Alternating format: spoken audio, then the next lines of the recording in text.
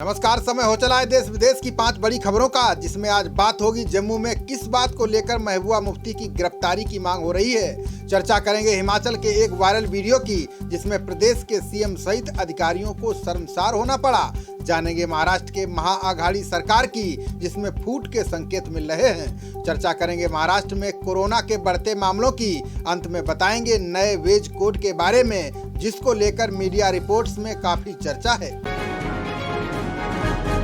PM Modi की अध्यक्षता में होने वाली सर्वदलीय बैठक से पहले जम्मू में पीडीपी अध्यक्ष महबूबा मुफ्ती की गिरफ्तारी की मांग तेज हो गई है। दरअसल महबूबा मुफ्ती ने पीएम मोदी की बैठक से पहले पाकिस्तान के पक्ष में बयान दिया था, जिसमें उन्होंने कहा था कि बातचीत में पाकिस्तान को भी शामिल किया जाना चाहिए। आपको बता दें कि महबूबा को जेल में भेजने की मांग को लेकर डोगरा फ्रंट संगठन से जुड़े लोगों ने जम्मू में प्रदर्शन किया।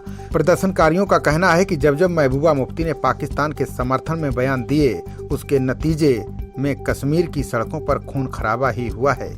प्रदर्शनकारियों ने कहा कि ये हमारा आंदोलन महबूबा मुफ्ती के उस बयान के खिलाफ है, जो उन्होंने गुपकार गठबंधन दलों की मीटिंग के बाद दिया था। बता दें कि पीडीपी की नेता महबूबा मुफ्ती आज पीएम के साथ होने वाली सर्वदलीय बैठक में हिस्सा ले रही हैं, जिसमें वो कश्मीर के मुद्दे को पीएम मोदी के सामने उठाएंगी। इसके अलावा इस बैठक में नेशनल कॉन्फ्रेंस के नेता फारूक अब्दुल्ला, कांग्रेस के वरिष्ठ नेता गुलाम नबी आजाद समेत कई अन्य नेता भी शामिल हो रहे हैं। बता दें कि जम्मू कश्मीर से अनुच्छेद 370 और 35 से हटने के बाद केंद्र की ओर से वहां के राजनीतिक दलों के साथ पहली बार बातचीत हो रही है। हिमाचल के कुल्लू में पुलिस के 2 आला अधिकारियों के बीच जो कुछ हुआ, उसने प्रदेश पुलिस को शर्मसार कर दिया है। बता दें कि एक ऐसी घटना का वीडियो सामने आया है, जिसमें सीएम के सामने ही 2 पुलिस अधिकारियों के बीच जूतम पैजार हो गया। इसके अलावा भी कई बार पुलिस के आला अधिकारी ऐसे गंभीर आरोपों में फंसे, जिसकी वजह से हिमाचल का नाम खराब हुआ है। आपको बता दें कि केंद्रीय मंत्री नितिन गडकरी इस समय मनाली के 3 दिवसीय दौरे पर हैं। दौरे पर आए गडकरी का सीएम जयराम ठाकुर ने भुंतर एयरपोर्ट पर स्वागत किया। इसके बाद एयरपोर्ट से जब केंद्रीय मंत्री का काफिला निकलने लगा, तो एयरपोर्ट के बाहर सुरक्षा व्यवस्था को लेकर पुलिस के अधिकारी आपस में भिड़ गए, जिसको लेकर विवाद इतना बढ़ गया। एसपी कुल्लू गौरव सिंह ने सीएम के सुरक्षा प्रभारी एडिशनल एसपी ब्रजेश सूद को थप्पड़ मार दिया, जिसके जवाब में मुख्यमंत्री की सुरक्षा में तैनात कर्मचारियों ने एसपी को घेर लिया और सीएम के पीएसओ बलवंत सिंह ने एसपी की लात घूंसों से पिटाई कर दी। अब घटना का वीडियो सोशल मीडिया पर वायरल हो रहा है। प्रदेश को शर्मसार करने वाले इस वीडियो के सामने आने के बाद सीएम जयराम ठाकुर का बयान सामने आया है। उन्होंने इस घटना को दुर्भाग्यपूर्ण बताया। उन्होंने कहा कि हमने जांच के आदेश दे दिए हैं, 3 दिनों में रिपोर्ट आएगी, जो भी दोषी होगा उसके खिलाफ सख्त कार्रवाई की जाएगी। एनसीपी नेता शरद पवार की ताबड़तोड़ बैठकों के बीच महाराष्ट्र सरकार में कुछ भी ठीक नजर नहीं आ रहा है। मुख्यमंत्री उद्धव ठाकरे के शरद पवार के ड्रीम प्रोजेक्ट पर रोक लगाने के बाद महाराष्ट्र की महाविकास अघाड़ी सरकार में फिर एक बार फूट के संकेत मिले हैं, जिसको लेकर तीनों दलों की महाविकास अघाड़ी सरकार में कलह चरम पर है। मुंबई के टाटा मेमोरियल अस्पताल में कैंसर के मरीज देश विदेश से इलाज कराने आते हैं। राज्य के आवास निर्माण मंत्री जितेंद्र आव्हाड ने कैंसर के मरीजों और उनके परिजनों को रहने के लिए 100 फ्लैट टाटा मेमोरियल हॉस्पिटल को स्थानांतरित किए थे, जिसमें 300 वर्ग फुट के फ्लैट ₹1 प्रति वर्ष के नाम मात्र दर पर 30 साल के लिए दिए गए हैं।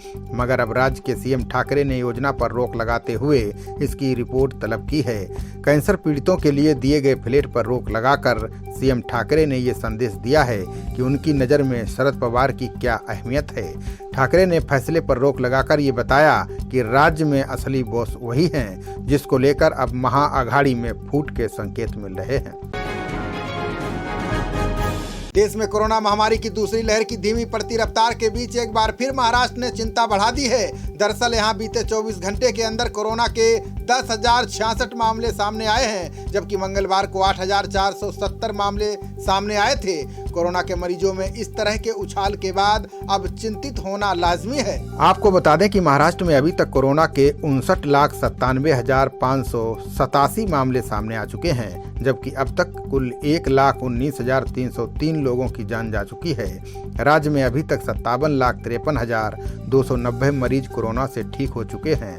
बता दें कि बीते मंगलवार को संक्रमण से 188 लोगों की जान गई थी, जबकि बुधवार को 163 लोगों की कोरोना से मौत हुई। इस लिहाज से माना जाए तो मंगलवार की तुलना में बुधवार को मृतकों का आंकड़ा घटा है। वहीं मुंबई की बात करें तो बीते मंगलवार को कोरोना के 568 मरीज मिले थे, जबकि बुधवार को 864 मामले आए।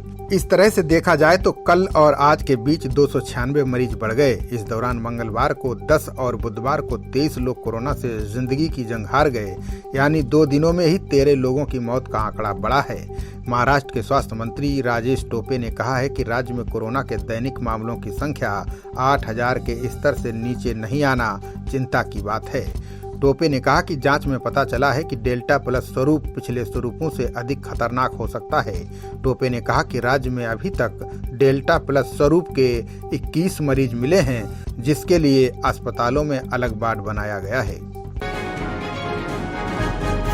नए वेज कोड को लेकर आजकल मीडिया रिपोर्ट्स में काफी चर्चा है। नए वेज कोड के लागू होने के बाद कर्मचारियों के सैलरी स्ट्रक्चर, पीएफ, काम के घंटों और साप्ताहिक अवकाश तक में बड़े बदलाव देखने को मिलेंगे।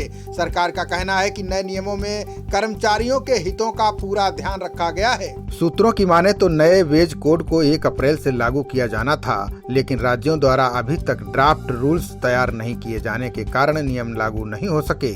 अब रिपोर्ट को देखते हुए एक बार फिर उम्मीद की जाने लगी है कि इसे जुलाई से लागू किया जा सकता है।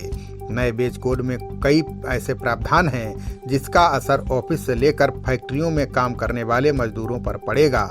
हम आपको बताने जा रहे हैं कि नए वेज कोड के कुछ ऐसे प्रावधान जिनके लागू होने के बाद आपकी जिंदगी में काफी बदलाव आएगा।